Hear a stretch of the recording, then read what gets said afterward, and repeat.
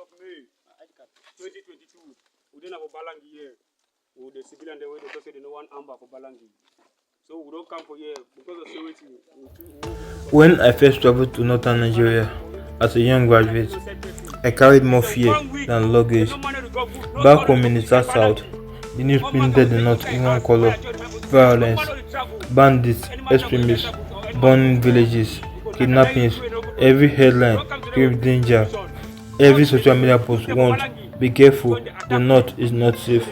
But when I arrived in Gombe State for school, what I met was different. I met Musa, who insisted I follow him home for Salah. I met Yakubu, who would not let me pay for suya.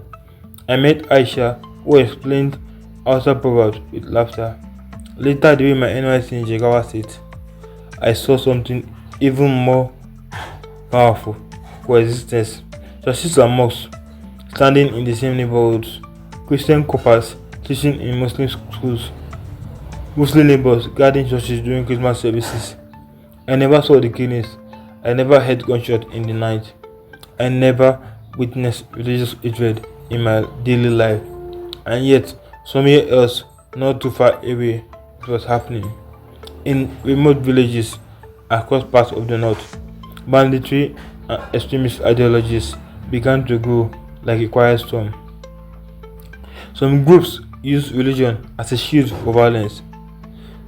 They preach purity but practice brutality. They claimed God but destroyed lives. Farmers abandoned their lands. Children dropped out of school. Families fled to IDP camps. Trust between neighbors weakened.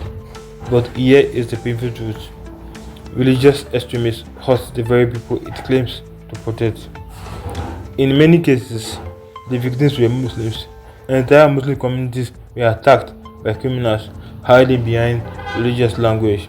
Mosques were destroyed, imams were kidnapped, women and children were displaced. Religion was not the root, manipulation was.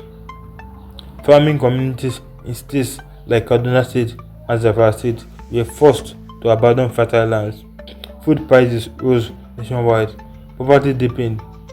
Fear of abduction led to school closure in several areas.